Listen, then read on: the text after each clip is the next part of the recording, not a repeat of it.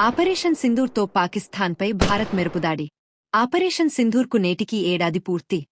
భారత సరిహద్దుల్లో ఉగ్రవాద స్థావరాలు నాశనం చేసేందుకు భారత వైమానిక దళం చేపట్టిన ఆపరేషన్ సింధూర్ విజయవంతమైంది.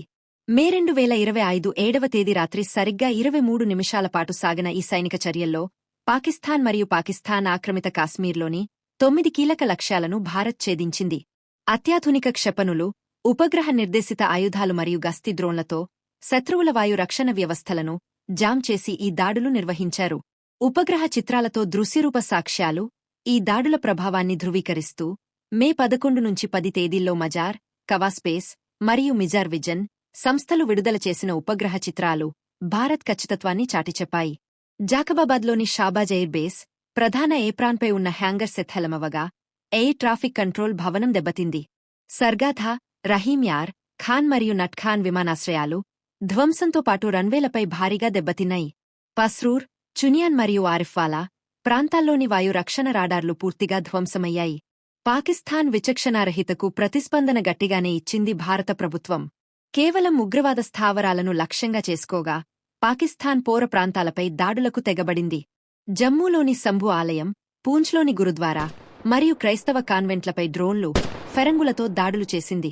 పూంచ్, రాజౌరి, కుప్వారా, బారాముల్లా, ఊరి మరియు అఖంగోర్ సరిహద్దుల్లో కాల్పులు పెరిగాయి. పూంచ్ పరిసరాల్లో జరిగిన షెల్లింగ్లో 11 మంది మరణించగా అనేక ఇళ్లు, ఒక ఇస్లామిక్ పాఠశాల దెబ్బతిన్నాయి. మొత్తంగా పాకిస్తాన్ కాల్పుల వల్ల 3 మహిళలు, 5 పిల్లలతో సహా 16 మంది పౌరులు ప్రాణాలు కోల్పోయారు. అత్యాధునిక నిఘా వ్యవస్థ సమన్వయంతో జాతీయ భద్రతా సలహాదారు అజిత్ డోవల్ పర్యవేక్షణలో రా, ఎన్టెరో, డ్యఏ మరియు ఐబిల సమన్వయంతో ఈ ఆపరేషన్ సాగింది. పహల్గాం దాడికి పాల్పడిన ఉగ్రవాదుల ఎన్క్రిప్టెడ్ కమ్యూనికేషన్లను ఎన్టారో అడ్డగించగా ఐబి అంతర్గత కదలికలను పర్యవేక్షించింది. ప్రధాని మోదీ సిడిఎస్ మరియు సేవల అధిపతులకు ఎప్పటికప్పుడు సమాచారం చేరవేసేలా సమీకృత ముప్పుల డాష్బోర్డ్ ఏర్పాటు చేశారు. మాక్సర్ వంటి వాణిజ్య ఉపగ్రహ నెట్వర్క్లను కూడా ఈ వ్యూహంలో భాగం చేశారు. స్వదేశీ ఆయుధాల ప్రదర్శన. ఈ ఆపరేషన్లో భారత్ తన రక్షణ రంగ స్వావలంబనను ప్రదర్శించింది.